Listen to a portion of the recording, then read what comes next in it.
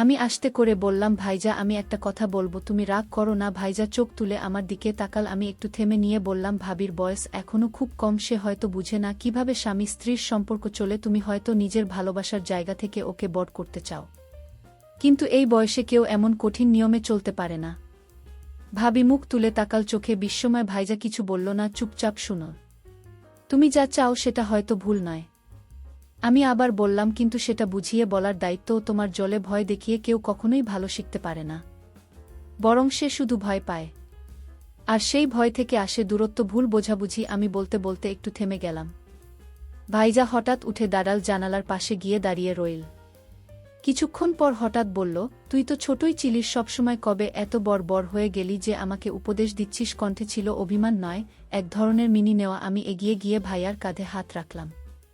আমি তো তোমার ছোটি, তাই বলছি, কারণ তুমি যে কষ্ট পাচ্ছ সেটা আমিও সহ্য করতে পারছি না। বন্ধুরা, আজকের এই গল্পটি আরও স্পেশাল, না দেখলে খুব মিস করবেন। আর দয়া করে গল্পটি ভালো লাগলে ভিডিওটি লাইক, কমেন্ট, শেয়ার ও চ্যানেলটি সাবস্ক্রাইব করে দেন। ভাইয়ার বিয়ে ঠিক হওয়ার পর থেকে বাসার পরিবেশ একেবারে বদলে গেল। মা বাবা খুশিতে ডুবে থাকলেও আমার মনে একটা অদ্ভুত অস্বস্তি কাজ করছিল। ভাইয়ার বুসাজু মাত্র ৫ বছরের মেয়ে, নিজের কথাবার্তা খুবই কম, হাসিটাও যেন ভয়ে আটকে থাকে ঠোঁটের কোণে। প্রথম দিন থেকেই আমি লক্ষ্য করছিলাম সে কথা কম বলে, মাথা নিচু করে থাকে সব সময়। তার বয়স নিয়ে আমি প্রশ্ন তুলেছিলাম, কিন্তু পরিবার বলেছিল বুয়ের বয়স ছোট হলে তবেই সহজে গড়াগডি হয়ে যাবে। সংসারও আমি কিছু বলিনি। তখন কিন্তু মনটা কেমন করে উঠেছিল। বিয়ের ৩ দিন পর প্রথম রাতে আমি আমার ঘরে শুয়েছিলাম। হঠাৎ রাত ১টার দিকে চাপা এক ধরনের আওয়াজ পেলাম, যেন কারো কণ্ঠ, রুদ্ধ কান্না বা কিছু একটা ঠেকিয়ে রাখা হচ্ছে। আমি উঠে বারান্দায় গেলাম। পাশের ঘরে আলো নিভানো, কিন্তু দরজার ফাঁক দিয়ে আলো এসে পড়ছিল। কানে আসছিল ফিসফিস করা শব্দ। ভাবলাম নতুন বিয়ে হয়েছে, এমন তো হতেই পারে, নিজেকে বোঝালাম। কিন্তু প্রতিদিন প্রতি রাত একই আওয়াজ। প্রতিদিন রাত ১টা থেকে ২টোর মাঝামাঝি সময় একটা চাপার শব্দ হতো। কখনো কান্নার মতো, কখনো ফিসফিস করে ঝগড়ার মতো, আবার কখনো দমবন্ধ হয়ে আসা নিঃশ্বাসের মতো। এক রাতে ঠিক করলাম দরজার পাশে চুপ করে দাঁড়িয়ে থাকব। সেই রাতেও ঠিক একই সময় শব্দটা শুরু হলো, তোমার কিছু শিকার দরকার আছে কি? এটা আমার ভাইয়ার গলা, তবে খুব কঠিন, রাগ্গি শোনাচ্ছিল। আরেকটা গলা খুব নিচু, কাপা কাপা, আমি তো চেষ্টা করছি ভাইজা। আমি চমকে উঠলাম, ভাইও কি? ভাইয়াকে ভাই বলছে? আমি আর দাঁড়াতে পারিনি, দরজা খুলে হঠাৎ করেই কাঁপলাম, যেন কিছুই জানি না। ভাইয়া দরজা খুলে মাথা বের করল, চেহারা একেবারে লাল, কপালে ঘাম। ঘুমাওনি এখনো? পিপাসা পেয়েছিল, পানি কেটে উঠেছিলাম গো। হুম, ভালো করে ঘুমাও, তোদের পরীক্ষার সময় এটা না করলে হয় না। গিয়ে আমি চলে আসলাম, কিন্তু রাতটা কেটে গেল অস্থিরতায়। রোজ রাতে একই সময়, একই চাপা শব্দ, একই শ্বাসরুদ্ধ ফিসফিস। প্রথম কয়েকদিন নিজেকে বোঝানোর চেষ্টা করেছি, নতুন বিয়ে হয়েছে, কিছুটা অস্বস্তি হতেই পারে। কিন্তু ধীরে ধীরে শব্দগুলো কেবল অস্বস্তি নয়, ভয়ের মতো লাগতে শুরু করেছে। ভাবির কণ্ঠ যেন প্রতিদিন আরও বেশি কাঁপছে, আর ভাইয়ার কণ্ঠ হয়ে উঠছে কঠিন, চাপার আগে ভরা। চতুর্থ রাতে নিজেকে ধরে রাখতে পারলাম না। আমার ঘরের দরজা খুলে সোজা বারান্দায় গেলাম। অন্ধকারে দাঁড়িয়ে নিঃশ্বাস আটকিয়ে চোখ রেখেছিলাম। ভাইয়ার ঘরের দরজার ফাঁকে দরজাটা একটু খোলা ছিল। মনে হলো ওরা হয়তো জানি না কেউ দেখছে। ঘরের ভিতরের দৃশ্য দেখে আমি স্তব্ধ হয়ে গেলাম। ভাবি মাটিতে বসে, চোখে পানি, পরনের সাদা একটা পাতলা কাপড়, মুখ লাল হয়ে গেছে, যেন কান্না করতে করতে গাল দুটো ফেটে গেছে। ভাইয়া দাঁড়িয়ে, তার হাতে কিছু, মুখ গম্ভীর। তুমি এতটা বোকার মতো আচরণ করছো কেন? তুমি আমার স্ত্রী, অথচ তুমি এখনো বুঝতেই পারো না স্বামীর সাথে কি আচরণ করতে হয়? আমি তো চেষ্টা করছি ভাই। ভাবির গলা নিচু করে ফেল। ভাইজা, তুমি আমাকে ভাই ডাকো কেন? এভাবে কেউ স্বামীকে ডাকে? ভাবির মুখ আরও ফ্যাকাশে হয়ে গেল। আমি ছোট ছিলাম তো, এখনো অভ্যাস দেয়নি। তখন হঠাৎ ভাইয়া দেয়ালে জোরে ঘুষি মারল। আমি চমকে উঠলাম, এখনও যদি শিখে না ফেলো তাহলে আমাকেও বদলাতে হবে। আমার রক্ত হিম হয়ে গেল। এই শব্দগুলো ঠিক সেইভাবে বলা হচ্ছিল যেন কোনো অশ্রাব্য কিছু শুরু হতে পারে যে কোনো সময়। আমি জানতাম না কি করব। ভেতরে ঢুকে পড়ি, মা বাবাকে ডাকি নাকি ভিডিও করি প্রমাণের জন্য ভাবছিলাম, কিন্তু তখন একটা দৃশ্য দেখলাম যা আমাকে আরও বিভ্রান্ত করে দিল। ভাবি আচমকা উঠে গিয়ে ভাইয়ের পা জড়িয়ে ধরল। খুব নিচু স্বরে কিছু বলছিল, আমাকে ক্ষমা করে দাও। তবে দেখে মনে হচ্ছিল ভয় রয়েছে, আর অসহজত্বের এক অদ্ভুত মিশ্রণ। ভাইয়া তাকে তুলে দাঁড় করাল। মুহূর্তেই গলা নরম করে বলল, তুমি জানো না আমি তোমাকে কতটা ভালোবাসি। কিন্তু তুমি আমাকে বাধ্য করো রেগে যেতে। আমি যেন এক সেকেন্ডে আর একটা মানুষকে দেখতে পেলাম, এই সেই ভাইজা যে সারা জীবন আমার রোল মডেল ছিল। এত ভালোবাসার কথা বলেই এখন এমন আচরণ। ভাবি কিছু না বলে মাথা নিচু করে রইল। সে হয়তো অধ্যস্ত হয়ে যাচ্ছে নাকি হার মানছে, আমি জানি না ঠিক কি হচ্ছিল ও ঘরে। তবে এখন আমি সম্পূর্ণ নিশ্চিত ওদের সম্পর্কটা কিছুতেই স্বাভাবিক নয়। আমি জানতাম না সেই রাতে আমি কি দেখেছি, একটা ভালোবাসার নামের মোটকে কি চলছিল, নির্যাতন নাকি সেটা ছিল ভাইয়ার নিজের ভেতরের ভাঙনের প্রকাশ। পরদিন সকালে মুখে কিছু বলিনি কারো সঙ্গে। ভাবি জিজ্ঞেস করলেন রাতে ঘুম হয়েছিল। আমি শুধু মাথা নাড়ালাম। ভাবির চোখে ঘুমহীনতা স্পষ্ট, চোখের নিচে হালকা ফোলা চুল, এলোমেলো কণ্ঠ নিচু। আপা নাস্তা খাবেন? তার কণ্ঠে কোনো অভিযোগ নেই, নেই কোনো আকুলতা, যেন সে নিজের অবস্থান মেনেই নিয়েছে। আমি জানতাম একটা শব্দ বললেই হয়তো কিছু বদলাবে। মা বাবাকে জানালে বা ভাবির পরিবারের কাছে বিশ্বাসটা তুললে ভাইয়ার অবস্থা কঠিন হয়ে যাবে। কিন্তু আমি পারলাম না। আমি কাউকে কিছু বললাম না, কারণ আমি জানতাম ভাইজা কেমন ছোটবেলা থেকে সংসারের দায়িত্ব নিজের কাঁধে নিয়েছে, নিজের সময় অল বিসর্জন দিয়ে কেবল আমাদের ভালো রাখার জন্য লড়েছে। আজ যদি তার বিরুদ্ধে মুখ খুলে তাহলে সেটাকে বিশ্বাসঘাতকতা হবে না। আমি নিজের মনে হাজারটা প্রশ্নে ভেসে যাচ্ছিলাম। ভাবি যেন দূর থেকে আমার চিন্তা পড়ে ফেল। এক দুপুরে রান্নাঘরে আমি একা বসেছিলাম। ভাবি আস্তে করে পাশে বসল। আপা, আমি চমকে তাকালাম। আপনি কিছু দেখেছেন? আমার মুখ শুকিয়ে গেল। কি দেখো? ভাবি নিচু গলায় বলল।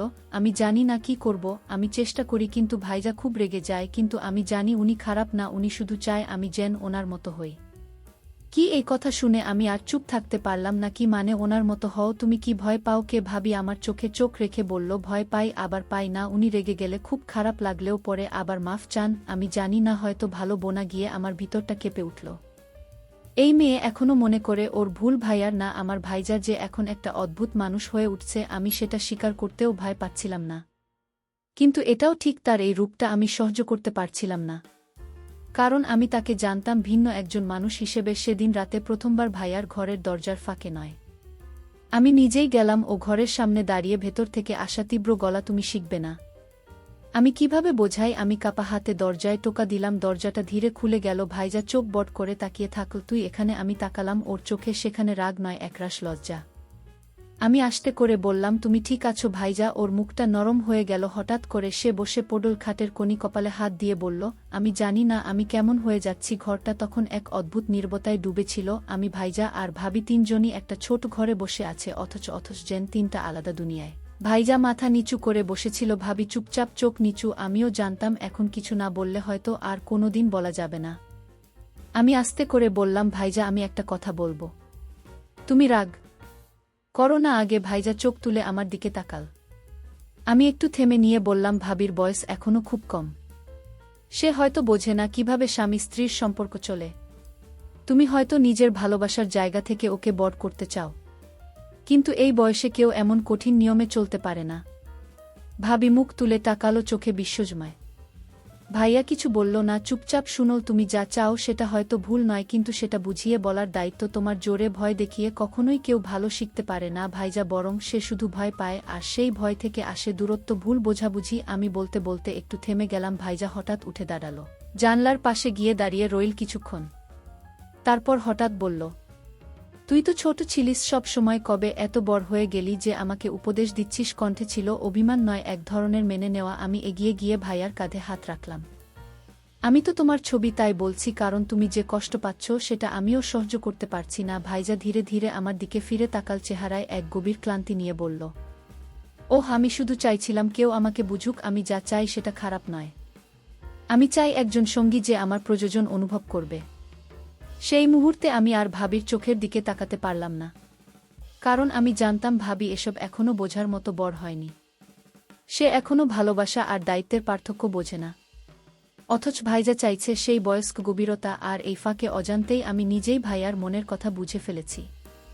এমনকি কিছু অনুভবও। আমরা তিনজন এক ঘরে, অথচ তিনটা ভিন্ন অনুভূতির লোক। ভাবি ভয়ে ঝাঁকা, ভাইয়া একাকিত্বে কাঁপা, আর আমি এই দুইয়ের মাঝখানে দাঁড়িয়ে নিজের অবস্থান খুঁজে ফিরছি।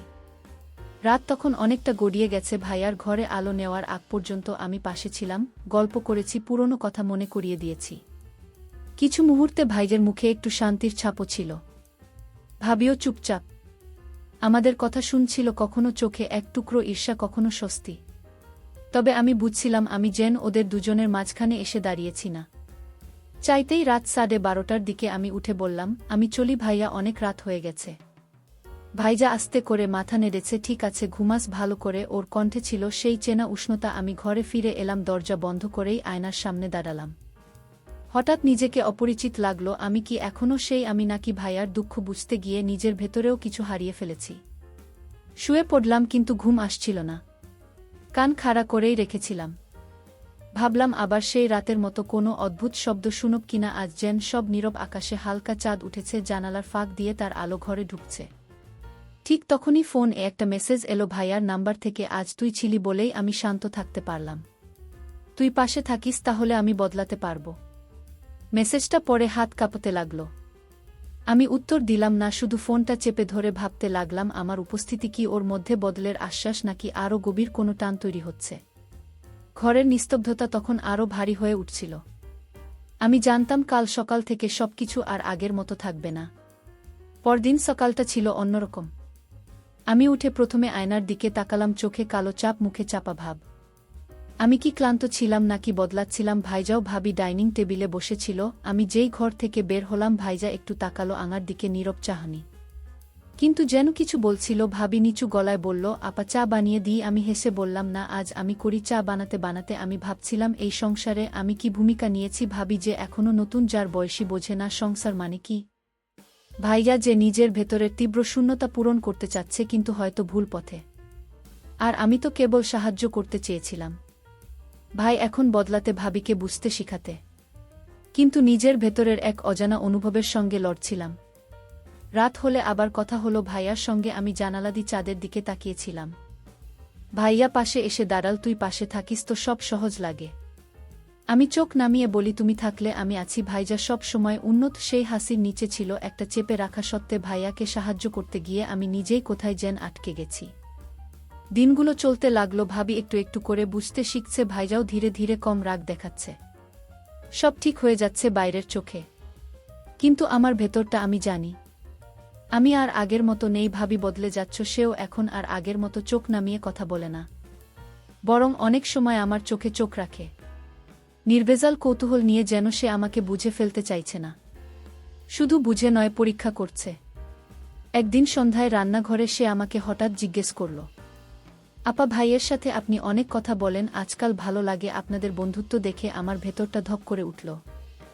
আমি বললাম, ভালো বন্ধুত্ব তো ভাই বোনের মাঝে থাকতেই পারে, তাই না? সে মাথা নাড়ল, হ্যাঁ নিশ্চয়ই, কিন্তু মাঝে মাঝে মনে হয় যেন আমি বাইরের কেউ। তার কণ্ঠে ঈর্ষা ছিল না, ছিল এক ধরনের ক্ষীণ ক্ষোভ আর ভয়ের ছায়া। রাত গভীর, আবারও সেই পুরনো ছাদের কোণে আমি দাঁড়িয়ে। ভাইজা পাশে এসে দাঁড়ায়, একদম নীরব। হঠাৎ বলে, তুই থাকলে মনে হয় সব ঠিক হয়ে যাবে। আমি চোখ নামিয়ে বলি, তবে ভাবি সে কোথায় থাকবে? ভাইয়া ধরা গলায় বলে, সে তো চুপ, তুই যা আমাকে বুঝিস। আমি প্রথমবার সরাসরি বললাম, ভাইজা তুমি যা খুঁজছো সেটা আমি দিতে পারি না। আমি পারলে না। ভাইয়া অবাক হয়ে তাকাল। তার চোখে তখন কষ্ট হারানোর ভয় আর একটা বেপরোয়া আকাঙ্ক্ষা।